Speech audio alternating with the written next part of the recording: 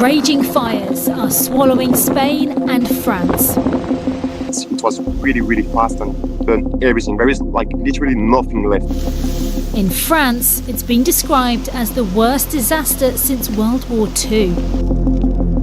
Gigantic blazes have already wiped out huge amounts of land, tens of thousands of acres burnt, driven more than 360,000 people from their homes, and obliterated hundreds of houses to ash.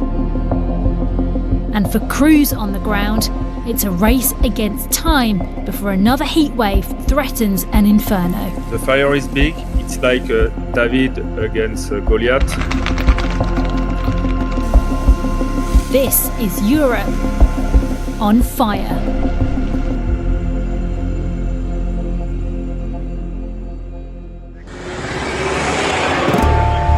Hellish scenes in Spain where wildfires burn out of control.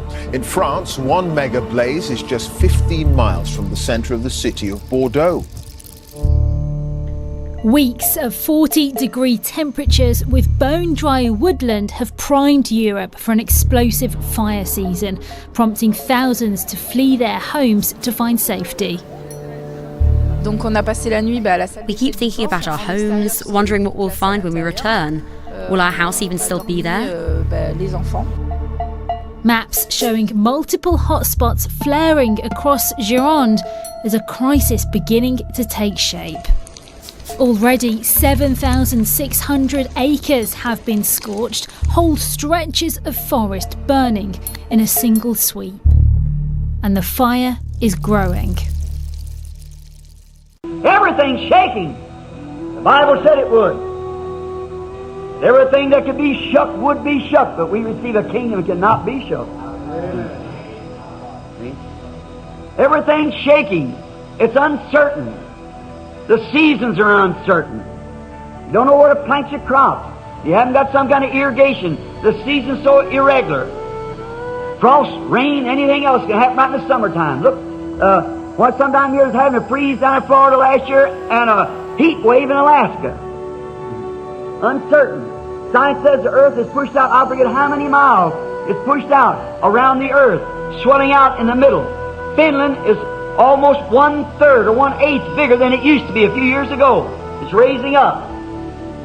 The middle of the earth is pushing out. Oh, brother. What is it? The red signal's down. He's coming. Yes. Be ready. Amen. She's right at the door.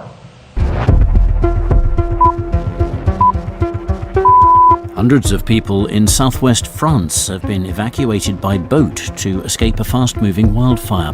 The authorities have ordered everyone to leave the Cap Ferret Peninsula on the Atlantic coast. A new day brings more evacuations in France, including the entirety of the Cap Ferret Peninsula on the southwest coast. Yesterday we were just returning from a few hours at the pool when I sort of felt on my arms and thought, what is going on? Is someone having a barbecue or a fire? And then looked up and it was a sort of apocalyptic scene.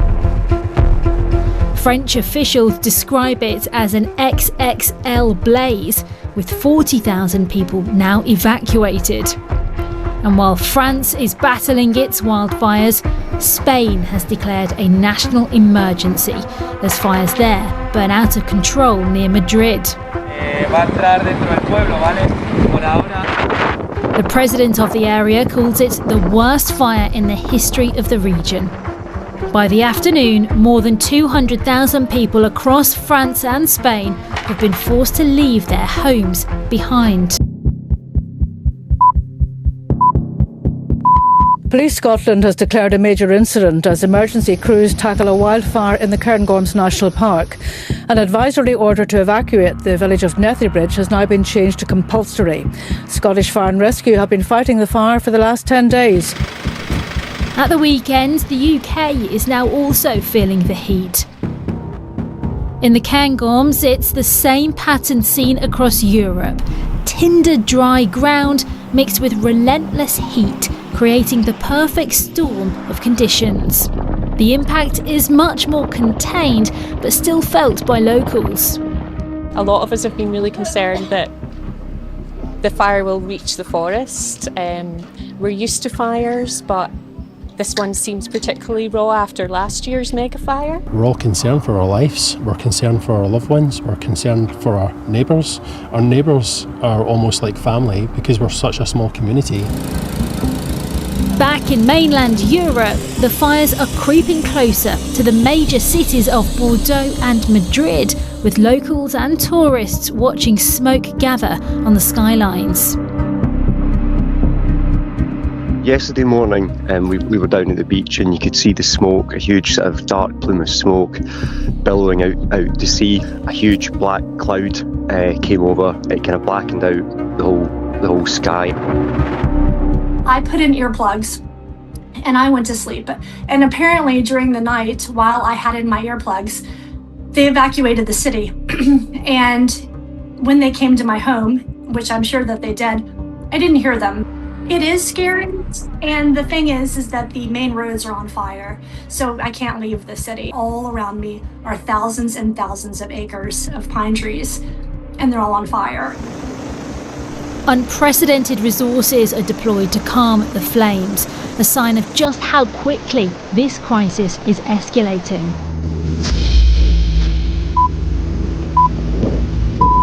Emergency crews in France and Spain have spent the night battling major wildfires with hundreds of thousands of people affected. For some, it's now been days since they had to flee their home. The number of evacuees across Spain and France reaches 300,000. I simply left with the clothes on my back. I locked the door, took my cat with me, and now we're here.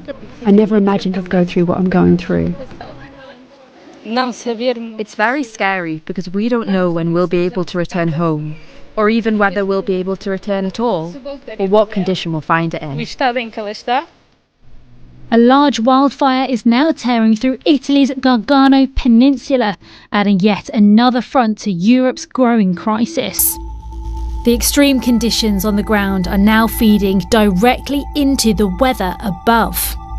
When a large wildfire burns, as we're currently seeing in areas of France and Spain, they release a huge amount of heat. The hot air above the fire rises, taking smoke and ash with it. And the water vapour in the air cools and condenses into a cloud. It's become a fire-generated thunderstorm.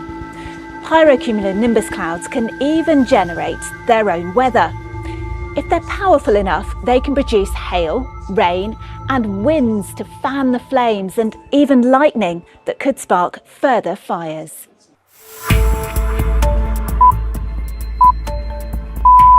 French President Emmanuel Macron will chair a crisis cabinet meeting today as firefighters continue to battle devastating wildfires in southwestern France. The fire continues to spread, now just 9 miles from Bordeaux, a city with a population of nearly 850,000. I'm to the west of the city of Bordeaux, near a village called Le Temple, and as you may be able to see in front of me, the fires are raging in this rural area, flames occasionally leaping into the air. You may be able to see them several feet into the air, thick black smoke rising as well, sticking in the back of your throat as I'm talking to you here. The situation in this part of France is pretty serious. An area the size of the Isle of Wight has been burnt, but there's a fear things could worsen again. We're expecting temperatures again to reach the early 40s degrees Celsius over the coming days. No rain forecast whatsoever. Across Gironde, at least 240 houses have been destroyed.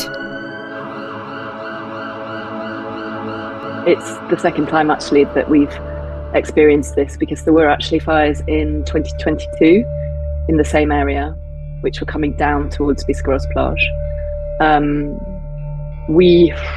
It's terrifying. We're lucky at the moment because we are in a safe zone. I have decided with my partner I'm going to take the kids and move further north, out of reach of the smoke and the polluted air, or as far as we can. We're lucky enough to have somewhere where we can go.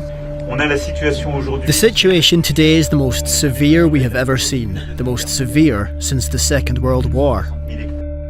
Meanwhile, in Spain, teams have been working tirelessly overnight to tame the flames. But further east, a new fire breaks out in Valencia. There's no let-up in the wildfires raging across parts of Spain and France, with another heatwave now threatening to hamper firefighting efforts and destroy more homes. By Tuesday, the scale of destruction becomes clearer. Drone images show entire stretches of forest burned through, with fire fronts running for kilometres across France and Spain. The fire is big. It's like David against Goliath. Last Tuesday, 1 week ago, the fire started. In 15 minutes, like the wind changed and the fire went like into our place. And in 15 minutes, we had like to run away, and we had like 10 horses, some dogs, a donkey, and we had to my little brother who is like 5 years old, and we had like in a few minutes like to move everything. But the immediate concern now is the weather. Forecasters say a second heatwave is building over southern Europe, set to push temperatures even higher in the days ahead. 10 kilometres west of Bordeaux, towards the fire, where the smoke is starting to get thicker, you can feel it on your eyes, you can see teams pulling down trees in this dense woodland. This is a defensive measure. They are trying to prevent the fire from progressing here, across this road, towards this woodland. So the hope is in what it's called a fire break, ripping down these trees, it limits the fire's ability to spread further. But the area we are talking about is vast, and as the temperatures start to rise and you can feel the heat, the concern is that there are going to be outbreaks once more. For exhausted firefighters, it means the ground will dry even further, and any small spark could become another major blaze. Just how difficult is it to put them out? Because it's such a big area. Yes, and it's dangerous, especially dangerous with the wind who changed. It's a huge mobilization, like there's hundreds of people that have come from everywhere in France. Where I work is like 1 kilometer away from the fire. I have a friend like Gabriel. He called me earlier and he told me, okay, we take 1 ton of water and we go help. Estamos cambiando las tornas. We're turning the tide so we can start to see the light at the end of the tunnel in the fight against these fires, all while remaining cautious. Con todas las precauciones. A new heat wave in Europe risks wildfires spreading in France and Spain. Temperatures could top 40 degrees. The fire has now blazed for days, with an area 4 times the size of Paris burned outside Bordeaux, and it's now Spain's largest wildfire on record. What we're looking at is called noyer. It literally means drowning, and what fire crews are looking to do is moisten the soil, the vegetation, the tree trunks as much as possible. They are trying to prevent flare-ups where the fire could just reignite. There are around 17 reported in this area yesterday, and with temperatures expected to peak at around 40 degrees Celsius, there is an eagerness to prevent them further. You can see just how many fire crews there are here. They come from other French cities like Marseille and Lyon, and there is a detectable sense of urgency, because while these fires are going to take a long time to go out, which is going to get out of the way of traffic, they are very keen to try and keep things as controlled as possible, so just maybe the thousands of people evacuated could get back to their homes. For many of those who do get to go home, what awaits them is uncertain. I saw all the smoke from the fire and thought I was going to lose my house. But then the firefighters arrived. I was incredibly lucky because the fire was right at my doorstep. Miraculously, I suppose it must have been my grandfather, my father, watching over us from heaven, who made sure the fire came in here and stopped right there. So the house is a bit singed, but for now it's fine. It really is a miracle. The exceptional scale of the fires, fueled by the intense heat waves that left forests dry, is driving calls for more action against climate change. The effect of climate change in what is happening today in Europe is very strong. It's impossible to deny it or to hide it. It's not the only thing that is happening. So this is not just about climate change. It's an emergency across scales and stakeholders. But climate change and this intense, continuous number of heat waves that we are suffering is making the forest and the vegetation a level of dryness that is very unusual. It was like mostly sadness, like seeing like the region I've been born and raised into basically go up into flames. And I mean, we've known for a long time that you have fires. It happens like almost every 2 years, something like that, but something that big. A major incident has been declared with a large fire continuing to burn at Dunwich on the Suffolk coast. Holiday parks, campsites and caravan parks in the area have all been evacuated by Suffolk police.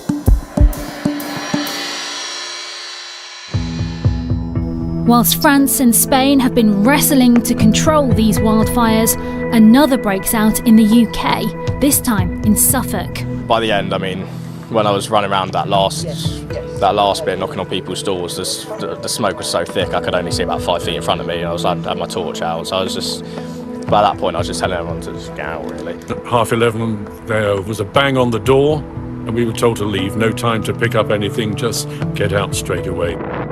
And now Greece is being hit too, with new fires breaking out across Crete as strong winds push flames towards towns and holiday resorts. It was frightening, yes. We could see the flames in the hills above the village. And the police and the firefighters were just telling everybody to leave straight away.